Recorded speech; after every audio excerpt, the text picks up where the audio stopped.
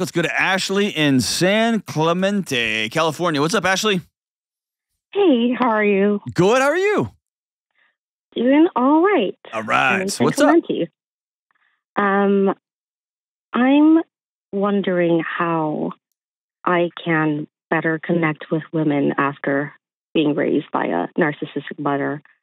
And now I have 2 boys, and I'm in a new community, and I'm finding it really hard to maintain friendships with women. It just seems as if it's not going anywhere. I'm just really happy-go-lucky, and it seems as if people are just getting bored of me, and I can't keep friendships with people. Why do you think that? Give me some evidence that that's true. That you are happy-go-lucky and they just get bored of you and walk away. People seem happy to keep talking to me, keeping up an acquaintanceship of sorts, but after a while of meeting up with our kids and whatnot, it just dies out. And it seems as if that's the case with a lot of friendships that I have made here so far. Mm. And I start to think it's not them, it's me. I don't know. That's fair. That's fair. That's fair. Have you tried having people over in your home? I have. It hasn't worked out? Tell me about it. Yeah, it's worked out. People are really happy. We have a huge yard. All the kids come over, and the kids enjoy it. Our kids play well. I can keep a conversation going. We're having a good time, but then it just seems as if maybe they connect with the other moms more, and they go off and do their own thing at some point, and I'm just waiting to see if they're going to call or they're going to text another example is I'm a part of this support group at a farm for parents, and all the children are there too. And I do have a friend there, and she tried to be vulnerable with me. And I can't get myself to be comfortable enough to say more than, I'm here for you. I'm sorry you're going through this. That's really tough. And then she went on to express her situation at the support group. And I just watched all these women gather around her, and they're just saying really honest and beautiful things that I feel like I had wanted to tell her, but my body just feels, I know you talk about this a lot, my body just really feels unsafe being vulnerable with people. So can I tell you, you're right there on the edge of this whole thing turning around for you.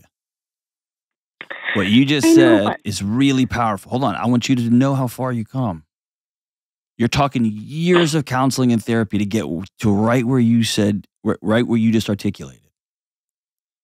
The words are in your heart. The words are on your tongue. You're ready to, and your body freezes up on you because when you're a kid, that level of vulnerability got you hurt. Right? Yeah. And my guess is there's probably other romantic relationships that have cycled through that as well. Fair? Not exactly, because I was the person to leave people before I could be vulnerable with them. That's what I mean. That's what I'm talking about, the cycle. Like this whole cycle created. Yeah. So all I have to say is this. You're at a precipice, and you get to choose what comes next. And I guess I just don't know how to do that. You got to jump. You got to jump. I wish there was another way around it. The old DBT pathway is there's a negative thought or a negative trigger, and it's all these women crowded. It's a friend of yours who's weeping, right? And it automatically freezes your body up. And maybe it's because when mom would start crying, you knew, oh God, here we go. She's going to drag me underwater and make me feel this way and that way, whatever. And that leads to negative emotions. I feel this thing, and then I act, and sometimes the negative action is don't act. Sometimes it's run and grab a drink. Sometimes it's go run and grab a a donut. Sometimes it's freeze. I do nothing. Yeah. I let my friend just stand out there in the cold. And then Yeah. the fourth, and I think this can be the worst part of it all, is the negative emotions you internalize after whatever action you do or don't do. Yeah. And then you Yeah, beat yourself up about it, and the whole loop starts over again. Right? Yeah, that's what this past 2 weeks I've been like. I just left afterwards for supposed to coffee. I just left and packed my kids up and went in the car and just thought I shouldn't even like have friends. I don't want to be. I mean, just this is extreme, but I was just reverting to my child self, and I just thought I don't even want to be alive. I don't know why people need me in their lives or why I'm here, and it's so extreme, but I just felt that lonely child self come back in full force, and just started blaming myself because I'm an adult now and I have kids, and just feels like I shouldn't be doing this anymore. I don't have to run away, but I am, and it just feels immature and stupid. So do you want it to be different? Listen. Hold on. The way you're talking to yourself, that's your mom's words coming out of your mouth at that 7-year-old little girl. Stop. Yeah. Don't let your mom keep talking into your life. Yeah. Okay? She didn't get a voice anymore. And I know that's easy to say in a short phone call. What this will mean is several months of you catching that voice every single solitary time you hear it. Every time. I'm in the middle of this right now, and I'm telling you, it is the worst. Every time I have a negative thought, negative self-talk, and I am ruthless with myself. And I thought I could hide it on the show, and enough people called it out, and then sitting with the counselor, like, it's bad. It's not good. And catching it every single time and challenging it, what I'm telling you already in my life is it's already starting to fade. It's already starting to fade. Here's what I want you to articulate for me. What is stopping you from reaching out to her and saying, hey, you had a moment of vulnerability and I froze. I'm so glad all those other women were there, but I want to circle back and check in with you. How are you doing now? What's stopping you from that phone call, that conversation, that cup of coffee? Because I think you're that close to developing a deep, deep friendship with somebody. I mean, I'm about to do that, but you promise you'll do that before the day's over? I will. Okay. I'm just really scared of how that conversation's going to go. Yes, fair. Afterwards, and if I'm going to be rejected, or if she's just going to play it off and say like, "Oh, totally fine now." Do you think she even noticed? That I left or that I didn't respond? Or both. My guess is she didn't even notice. I don't think she did. Okay. When you are surrounded or raised or work for a narcissist, you put your head on a swivel 24/7, 365 because you never know where it's going to come from. We know bad guys are going to try to hurt us, and we know that fire will burn us. But when somebody who's reportedly loves us hurts us, right? It comes from all angles. And so you're so hyper aware. I would bet beyond anything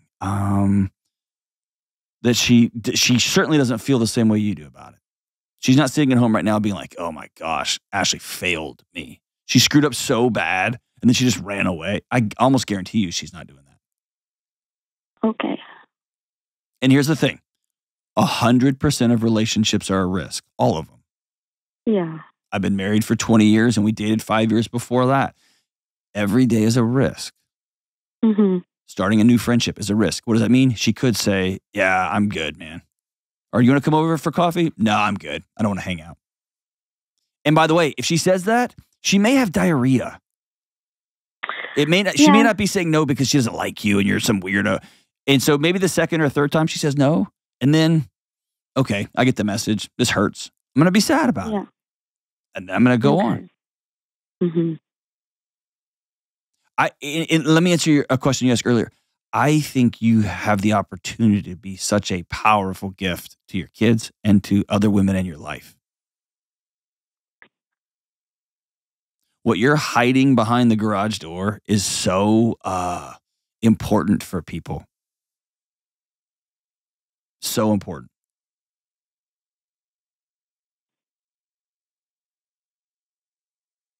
Well, thanks for saying that. I'm not just making it up. Because you've seen people who are supposed to love you hurt people. All of us have, but most of us don't have a vocabulary, a language, a relationship to talk about that in. You've got that.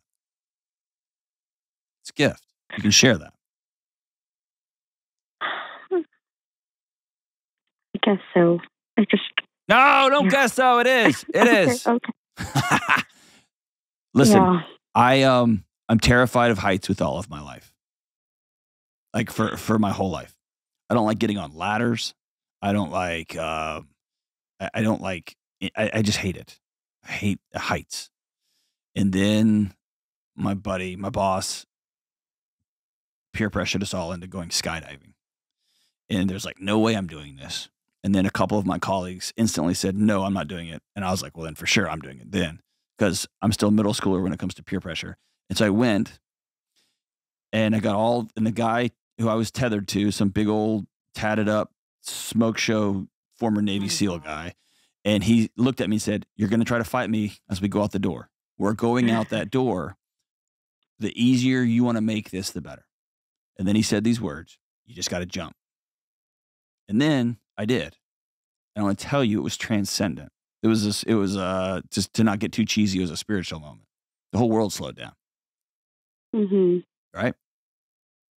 Yeah. When it comes, you are right there. You know your body's responding. You know how nervous you get. You know how comfortable you get. You got to jump. And then when you go, you got to feel it. And I know you will, but be cognizant of it. Right? This is a trigger for me.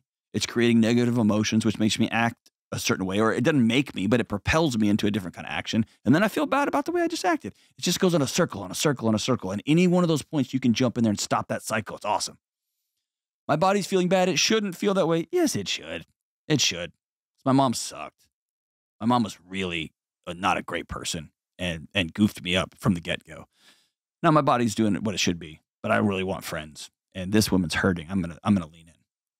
That's how we go, man. We break that cycle, and we're gonna do it over and over and over and over, because that cycle is super entrenched. And your kids are gonna get to watch their mom breathe for the first time in a long time. I was talking to somebody the other day who's struggling in their marriage, and they track all their sleep and everything. And she was telling me that when her and her husband have been reconnecting, not sexually, just reconnecting, just like hanging out, laughing, talking, telling story, whatever, just reconnecting, that all of her metrics are better. Heart rate's a little bit slower throughout the day. Sleep is a little bit deeper throughout the evening. It just has a ripple effect through a person's physiology. And so you're gonna bring peace to your home when you just jump. You're worth friends, my sister. You're worth friends. And thank you for calling. Let me know how this conversation goes if you'll write me back in, because people are going to want to know how this coffee played out.